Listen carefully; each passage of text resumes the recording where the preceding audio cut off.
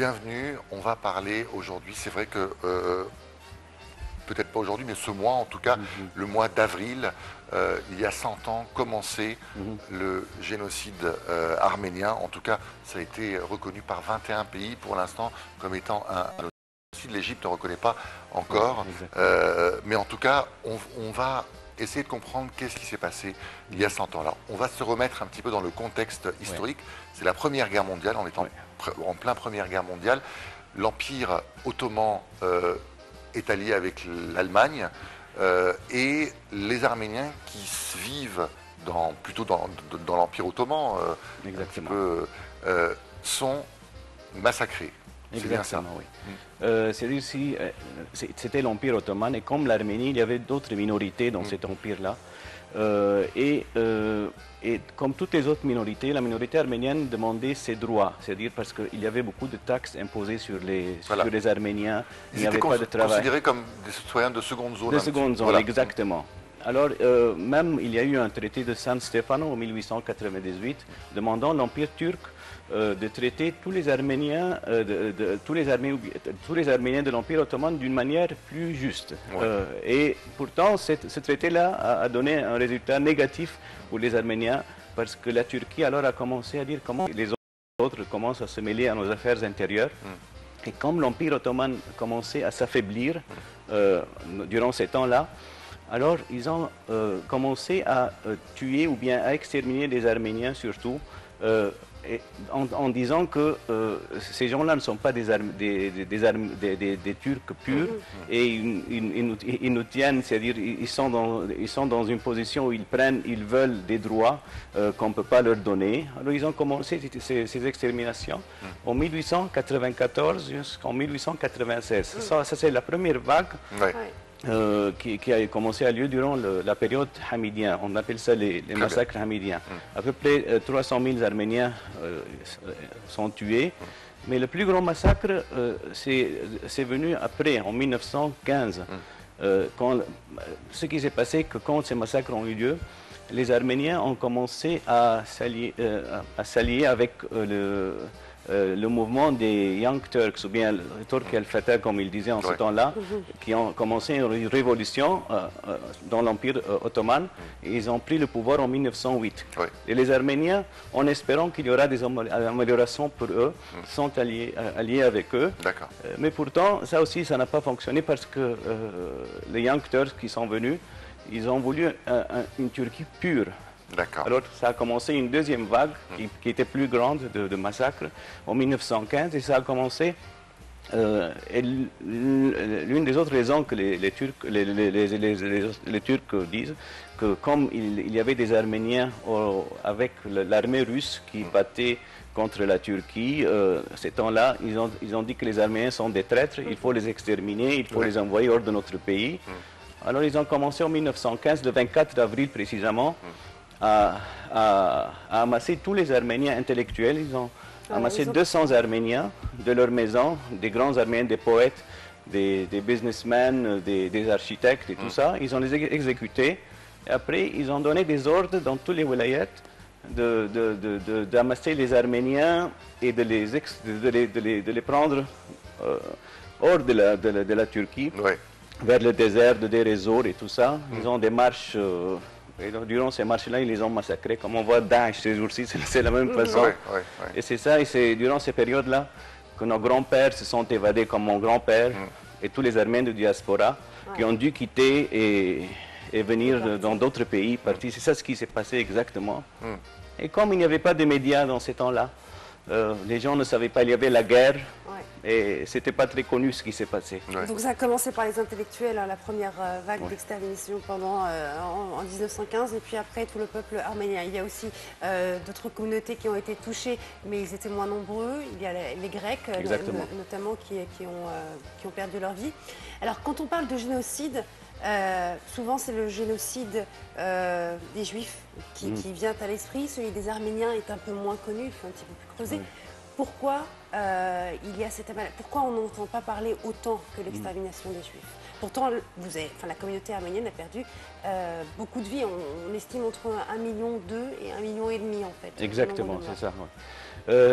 Comme je l'ai dit que c'était durant la Première Guerre mondiale et il n'y avait pas de médias. Pourtant, maintenant, il y a des photos, des archives qui décrivent tout ce qui s'est passé durant ces temps-là.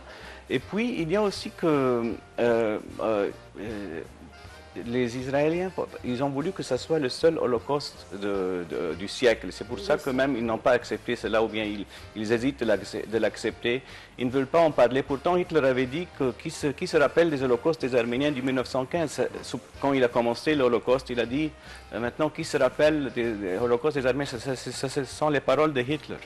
Alors, manque de médias, manque de connaissances, ou bien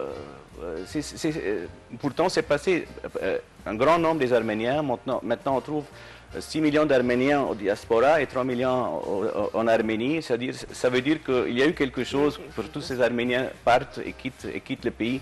Et chacun d'entre nous a une histoire. C'est-à-dire, mon grand-père, toujours, il nous racontait comment il s'est évadé, ou comment il est venu à Alexandrie, et puis il a commencé son travail ici. Chaque famille, alors c'est pas normal de nier, la Turquie jusqu'à présent nie ce qui s'est passé. Ce n'est pas normal de voir tant d'Arméniens tous les coins du monde et dire que rien que s'est passé. Ouais. Alors, c'est vrai que quand on parle des Arméniens, alors c'est peut-être un cliché, mais on dit souvent que ce sont des gens qui sont très doués pour les affaires, ce sont des commerçants.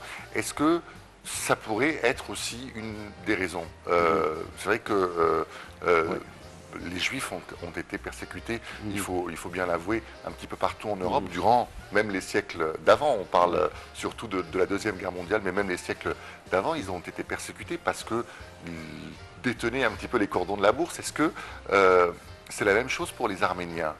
Parce que les Turcs, eux, disent que c'est une guerre civile et qu'ils nient le fait qu'il y ait eu 1 million 300 000.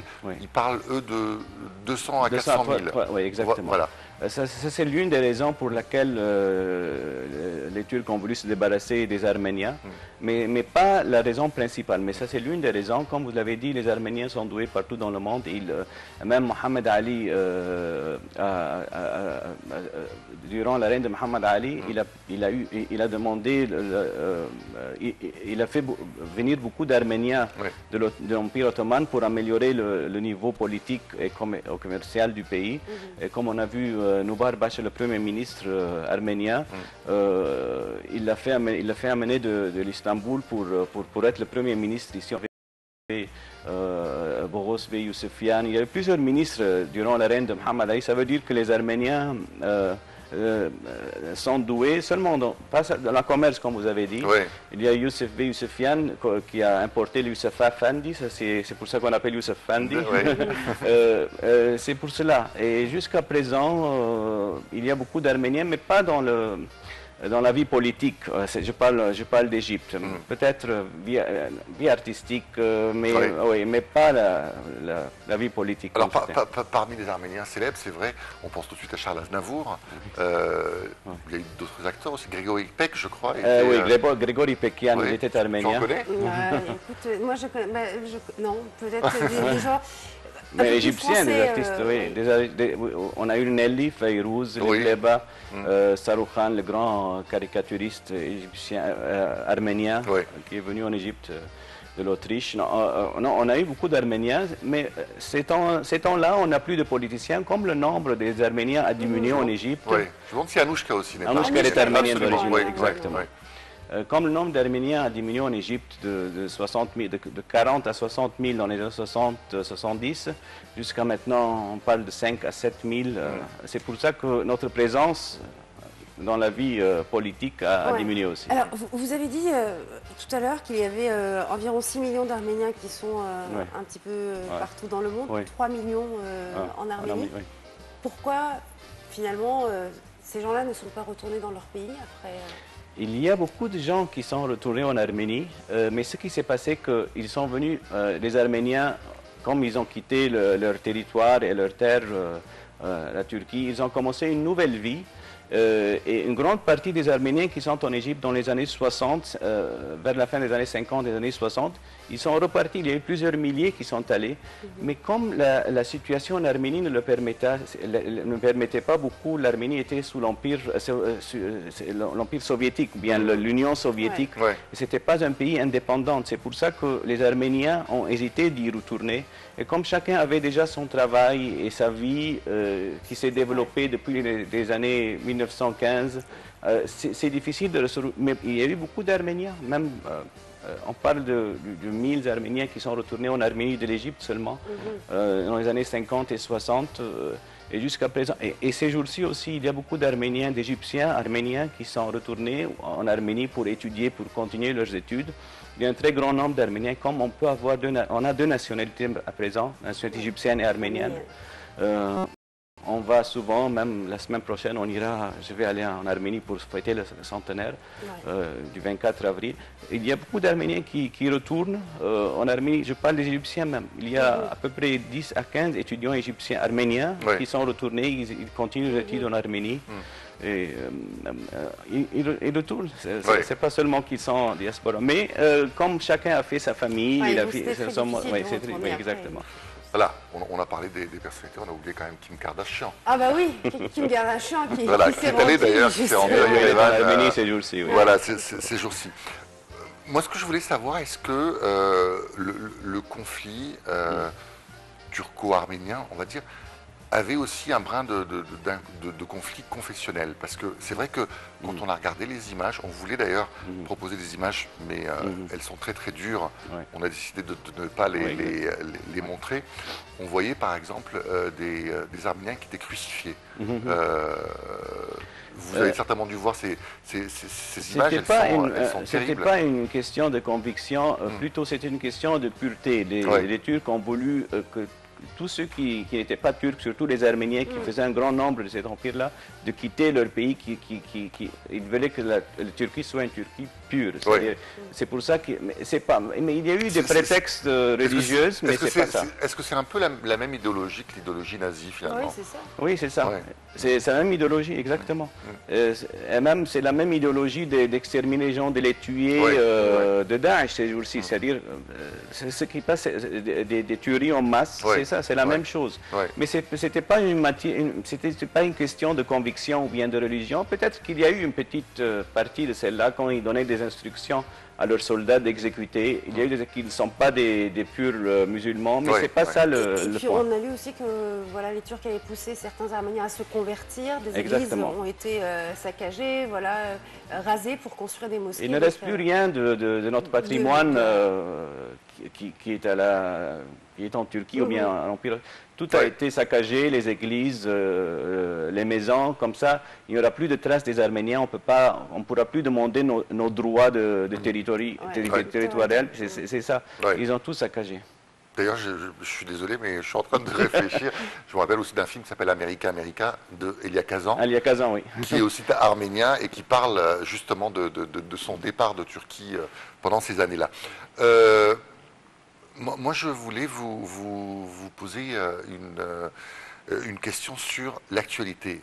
Cette semaine, dimanche dernier, le pape François a prononcé pour la première fois le mot de génocide. Alors, on a dit qu'il y a une vingtaine de pays pour l'instant, dont la France, dont la Russie, qui reconnaissent le génocide arménien. Qu'est-ce que ça vous a fait, vous, en tant qu'Arménien, d'entendre le pape dire ces mots?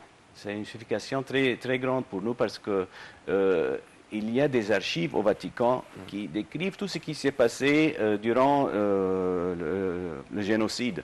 Et je crois qu'au Vatican, ils sont les meilleurs placés de dire si c'est passé ou non, parce qu'ils ont des archives qui les ont ouvertes il y a quelques années pour tous les historiens de venir les voir. Et d'ailleurs, c'est après avoir ouvert ces archives-là que tout le monde, les documents sont sortis, les correspondances entre par exemple, les ambassadeurs qui étaient en Turquie en ce moment-là avec leur pays. Même l'ambassadeur de l'Allemagne avait dit qu'il fallait que ça s'arrête. Il y avait même le cheikh de l'Azhar ici qui a fait un fatwa disant que tout ce qui se passe là maintenant, c'est haram, il ne faut pas que les musulmans tuent les Arméniens. C'est-à-dire, tout ça, ça s'est fait sortir des Vaticans. Ils sont les mieux passés de dire la vérité. Et d'ailleurs, c'est une très bonne chose que ce soit fait durant ces jours-ci juste avant le centenaire, parce que ça veut dire beaucoup de choses. Mais le pape Jean-Paul II, en 2000, il a dit, mais ce n'était pas si officiel que ça, parce que avant-hier, dimanche dernier, c'est-à-dire, le pape l'a dit ouvertement que c'était un génocide, il fallait que ces tueries soient acceptées et tout ça. Ça c'est une très bonne chose pour nous. Pourtant, ça a fait beaucoup de problèmes au pape avec la Turquie. Ben justement, est-ce que c'est un message lancé à la Turquie? Est-ce que pour la communauté arménienne et pour tous les Arméniens, voilà, on arrivera à digérer un petit peu ce qui s'est passé le jour où la Turquie reconnaîtra officiellement ce génocide? Oui, parce que c'est un droit, c'est-à-dire, imaginez-vous que vous êtes subi c'est-à-dire, on ne demande pas grand-chose, seulement une reconnaissance, dire oui, ça s'est passé. Il y a eu, parce que nous savons en tant qu'Arméniens, chacun a ses histoires. Mon grand-père a écrit tout ce qui s'est passé en détail. Chacun, c'est-à-dire, on ne demande pas grand-chose, on dit seulement qu'il faut que la Turquie, oui, dit que ça s'est passé, nous sommes désolés. Même l'Union européenne demande ça à la Turquie. Ce n'est pas une honte de dire que oui, il y a eu des erreurs. Ce ne sont pas eux, c'est-à-dire, nous n'avons rien contre les Turcs. Moi, j'ai des amis turcs, ce n'est pas un problème. Mais c'est juste dire que oui, ça s'est passé. Nous nous excusons que ça s'est passé. C'était l'Empire ottoman. Et maintenant, tout a changé. Même il y a des Arméniens, il y a 60 000 Arméniens en Turquie maintenant. Ils vivent normalement, mais c'est-à-dire... oui, voilà. Les Allemands d'aujourd'hui ne sont pas responsables de ce qu'a fait Hitler. Exactement, c'est ce qu'on dit. Est-ce que vous pensez que la Turquie refuse, pourquoi? Par orgueil national, ou bien ils ont peur aussi que les Arméniens peuvent demander des compensations financières? Ils ont peur de ces choses-là. C'est un orgueil, c'est-à-dire ils ne veulent pas accepter. Comme ils ont enseigné ça dans leur livre, dans leur histoire, que rien ne s'est passé comme génocide. Ça, c'est dans leur bouquin, dans leur histoire. Ils ne peuvent pas dire que durant ces 100 ans, on s'est moqué des Turcs, on ne leur a pas dit leur vérité. Non, vraiment, ça s'est passé. Ça, c'est un embarrassement. C'est-à-dire, c'est pas quelque chose. C'est ça, c'est un orgueil. Et d'autre part, ils ont peur que les Arméniens, comme nos grands-pères qui avaient des maisons, des territoires, demandent des compensations territoriales. C'est ça ce qu'ils ont peur. Mais tout ça, c'est pas important pour nous. C'est important, c'est juste un peu de confort. Qu'ils disent oui, ça s'est passé, nous nous excusons. C'est pas à nier, tous les documents sont là. Mais comme j'ai dit, on n'a rien contre les Turcs. Voilà, donc le 26 avril, c'est bien ça?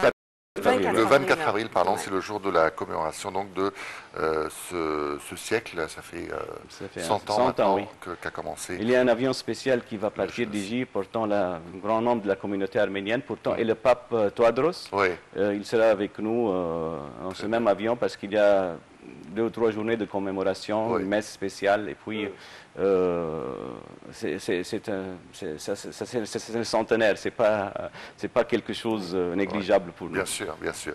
Merci beaucoup en tout cas d'être venu nous parler de cette page d'histoire dans le monde et qui a aussi affecté l'Égypte en bien, puisque des Arméniens comme vous sont venus en Égypte. Monsieur Viken Gismetjan, à très très bientôt et puis bon voyage à Yerevan en Arménie. Merci bien, merci. Voilà, mesdames et messieurs, nous parvenons ainsi au terme de cette édition de Bonjour l'Égypte. Merci de nous avoir suivis. Rendez-vous demain à partir de 10h30, heure locale du Caire, pour une nouvelle édition. Excellente journée à tous et à toutes. Au revoir.